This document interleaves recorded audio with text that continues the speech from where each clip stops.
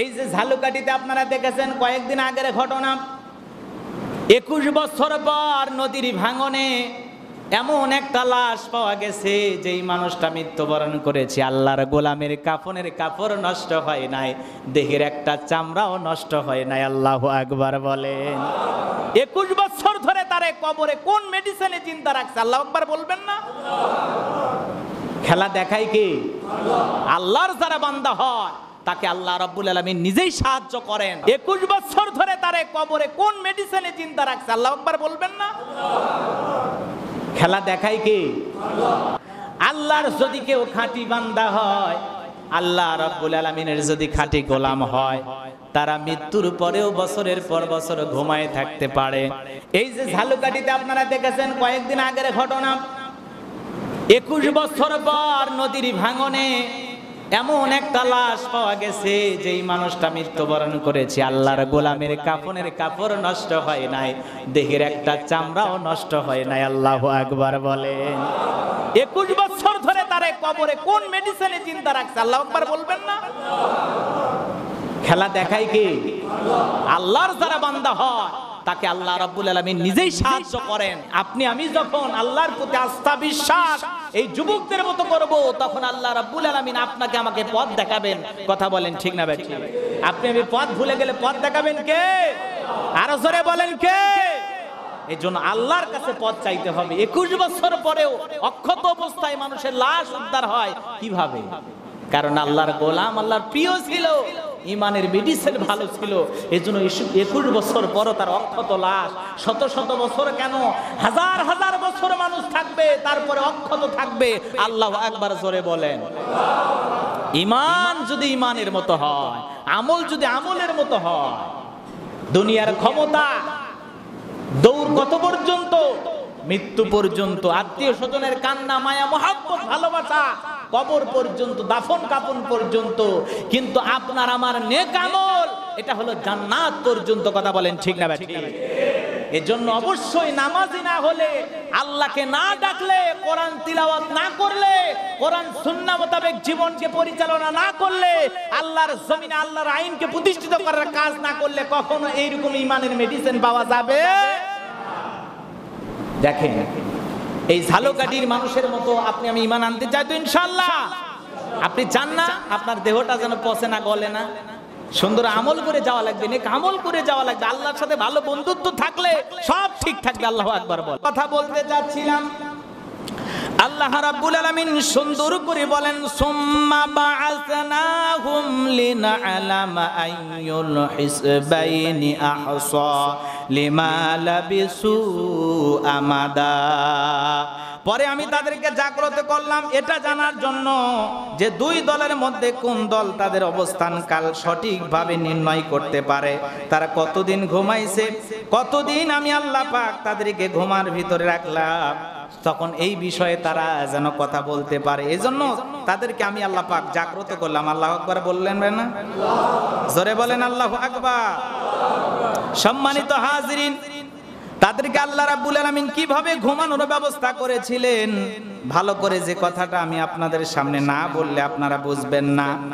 এরা গুহার ভিতরে কত বছর কিভাবে ঘুমাইছে আল্লাহ পাক সব পবিত্র কোরআনুল কারীমের মধ্যে বলতেছেন। আল্লাহু আকবার বলেন।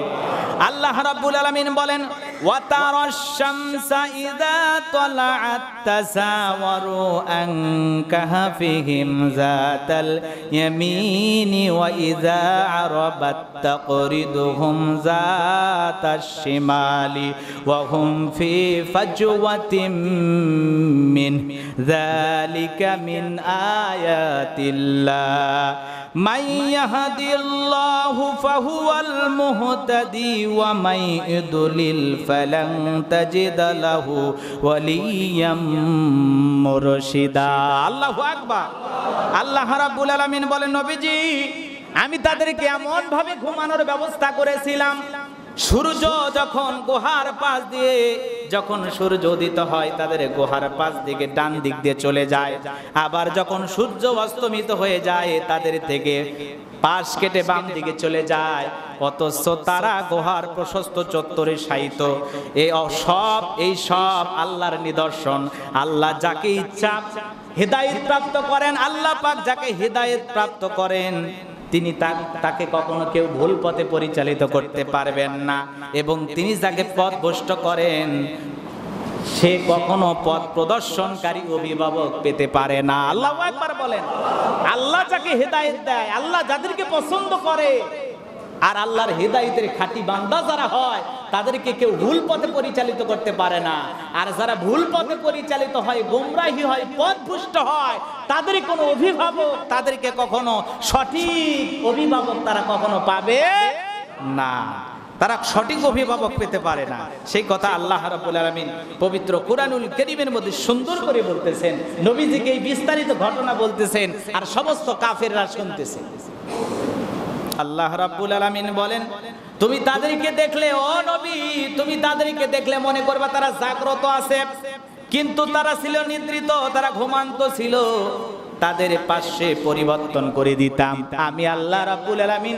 যখন প্রয়োজন হতো ওই ঘুমান্ত যুবক বান্দাদেরকে আমি আল্লাহ পাক ভালোবেসে ডান কাত করায় দিতাম, আবার বাম কাত করায় দিতাম। দেখে মনে হয় তারা জাগ্রত, কিন্তু না, আমি আল্লাহ পাক তাদেরকে যখন প্রয়োজন হতো ডান পাশ করে দিতাম, আবার বাম পাশ করে দিতাম। আল্লাহ তাহলে বান্দাগুলোকে কত ভালোবাসতো।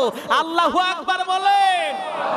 এইভাবে আমি আল্লাহ পাক তাদের আরামের ঘুমানোর ব্যবস্থা করেছিলাম। কুকুরগুলো ছিল ওই গুহার সম্মুখে দুটি পা বিস্তার করে, দুটি পা বিছায়া কুকুর তাকিয়েছিল। আল্লাহ রাব্বুল আলামিন বলেন, তাকিয়ে দেখলে পিছন থেকে কেউ যদি তাদেরকে তাকিয়ে দেখতো, ভয়ে আতঙ্কিত হয়ে সবাই পালিয়ে যেত। ওই যুবকদের ঘুমানোর স্টাইল যদি মানুষ দেখতো, নবীজিকে আল্লাহ পাক সেই কথা পরিষ্কার ভাবে বলতেছেন, নবীজি এই দৃশ্য আপনি দেখলে আপনিও আতঙ্কিত হতেন, ভয় পেতেন। এরপরে আল্লাহ রাব্বুল আলামিন অনেক কথা বলেছেন। এই কথাগুলো পরিষ্কার ভাবে পবিত্র কুরআনুল কারীমের মধ্যে অনেকগুলো আয়াতের ভিতরে যেহেতু আল্লাহ রাব্বুল আলামিন আলোচনা করেছেন, তারা ঘুম থেকে জাগ্রত হলো। কতদিন তারা ঘুমাইছিল এই বিষয়টা আমাদের জানার দরকার নাই। ওই যুবকদের ঘুম ভেঙে গেছে, আল্লাহ পাক তাদেরকে ঘুম থেকে তুলেছেন।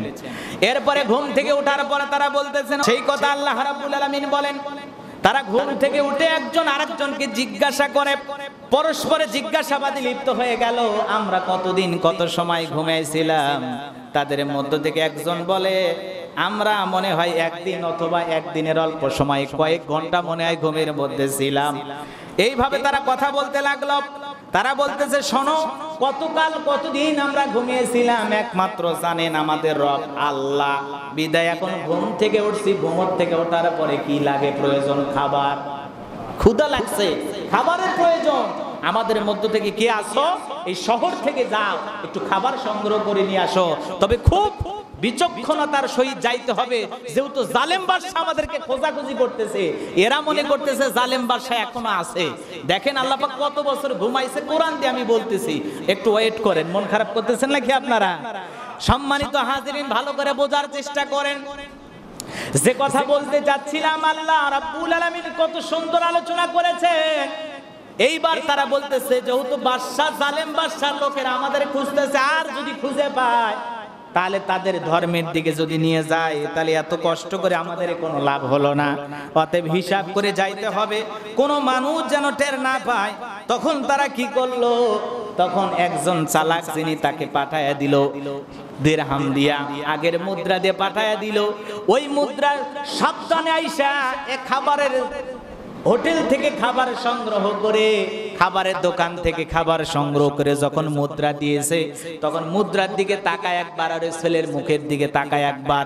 তখন বলতেছে, কি হয়েছে? কয়, এই মুদ্রা আমার বাপ দাদাও দেখে না, এই মুদ্রা পাইলে কই?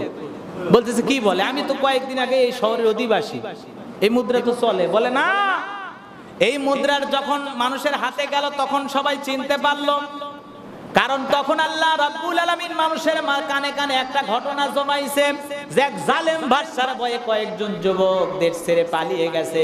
আজ পর্যন্ত যে যুবকদের হদিস আমরা জানি না। কথা বোঝেন নাই? শতাব্দীর পর শতাব্দী চলে গেছে, বছরের পর বছর চলে গেছে, এইভাবে তারা কেউ বিষয়টা জানে না। এইভাবে আল্লাহ রাব্বুল আলামিন কত বছর কাটিয়ে দিয়েছেন। ওই যুবকের দিরহাম পাওয়া মাত্রই তারা ওই যুবককে নিয়ে তাদের বাদশার কাছে চলে গেল। অনেক ঘটনা, অনেক কথা এই জায়গায় বিস্তারিত ভাবে আলোচনা করা হয়েছে। তাদের যুবকের সংখ্যা কয়জন ছিল সেই কথা আল্লাহ রাব্বুল আলামিন পবিত্র কোরআনুল কারীমের সূরা কাহফের 22 নম্বর আয়াতের মধ্যে আল্লাহ রাব্বুল আলামিন সেই কথা জানায় দিয়েছেন। অজানা বিষয়ের উপরে অনুমান করে কথা বলা যাবে না। এদের সঠিক সংখ্যাকে আল্লাহ ছাড়া আর কেউ জানে না। এজন্য আল্লাহ রাব্বুল আলামিন বলেছেন, এই জায়গায় তারা অনেকেই ধারণা করে বলতে পারে যে 3 জন যুবক ছিল, 74 জন ছিল কুকুর। আবার কেউ বলেন তারা 5 জন যুবক ছিল, 6 জন ছিল কুকুর। কেউ বলে 7 জন যুবক, 8 নাম্বার ছিল তাদের ওই কুকুর।